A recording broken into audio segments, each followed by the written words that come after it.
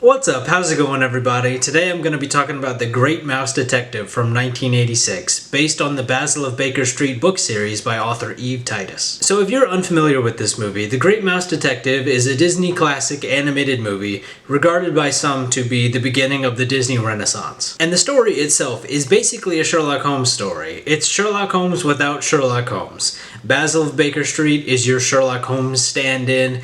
Dr. Dawson is your John Watson substitute. You've got Professor Ratigan, who is the Moriarty substitute. And so basically this is just, in the mice world, a Sherlock Holmes story. I personally have always loved mysteries. That's part of the reason why I love this movie.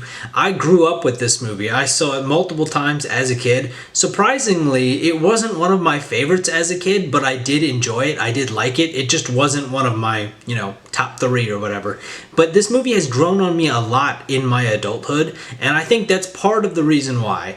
This movie, in my opinion, is flawless, pretty much. I don't really have any complaints with it, but I think the fact that this is a detective mystery is part of the reason why it's grown on me so much. The Great Mouse Detective is one of those Disney movies that has kind of fallen into my comfort movies. This is one that I always circle back to every now and again when I'm sick or when I want to watch something but I don't really want to watch anything new. One of those comfort movies, one of those rewatchable movies that I will always go back to sooner or later. This movie has kind of fallen in there with like Disney's Robin Hood and some others. And so it kind of sucks that I never hear anyone talk about this movie. This is another one of those Disney classics that I feel like doesn't get the love it deserves, doesn't get the recognition it deserves. I don't know if people just haven't seen this because it is older than me and people my age, but for some reason this movie just seems to have fallen off people's radar. And because I think there are so many great things about this movie, coupled with the fact that no one really brings it up much, I think this is one of the most underrated Disney films. Something that I really love about this movie is the character designs. I think that Basil of Baker Street is a great design. It's clearly inspired by Sherlock Holmes, but it's a great design that is unique enough to be its own character. But I think all the characters in this movie have great designs. I love the design of Dr. Dawson. Clearly the Dr. Watson inspired character, but uniquely his own character by design.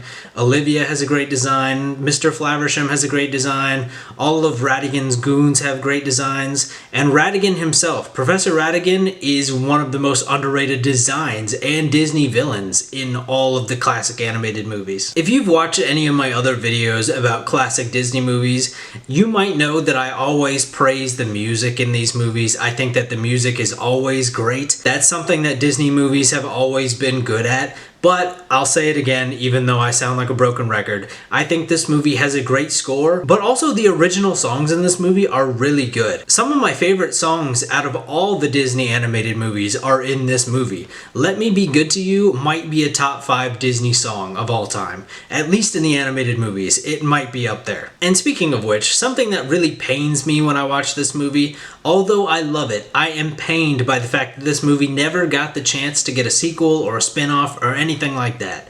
Now, I think that this movie is fine on its own. It doesn't need a sequel. It doesn't need a spin-off. As a matter of fact, I like at times when we just leave things alone and let them be standalone films.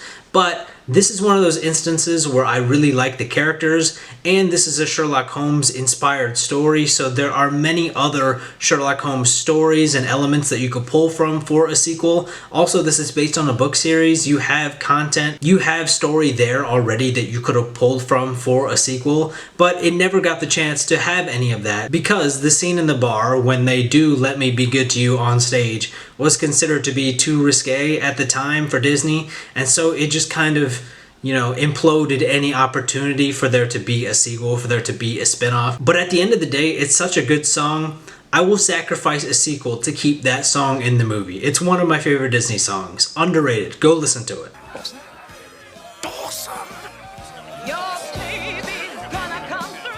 Something interesting that you might not know about The Great Mouse Detective is that this movie is at least partially responsible for saving Disney animation. Although this movie only saw a modest box office profit, the profit that this movie did make, along with the positive audience reception, was enough to ensure that Disney Animation would continue after the previous Disney movie, The Black Cauldron, nearly bankrupted the studio by being a massive box office bomb. I haven't seen The Black Cauldron. I'm planning to eventually to see if it's really bad or if it was just bad at the box office, bad in its performance with, viewership at the time. I don't know, but anyway, The Great Mouse Detective is at least partially responsible for saving Disney Animation. Another interesting fact about this movie is that this is the first Disney animated film to incorporate computer animation and then layer traditional animated characters on top of that. The scene inside Big Ben, all of the gears and the inner clock workings is computer animated, with our characters that are there being traditionally animated and placed into that environment.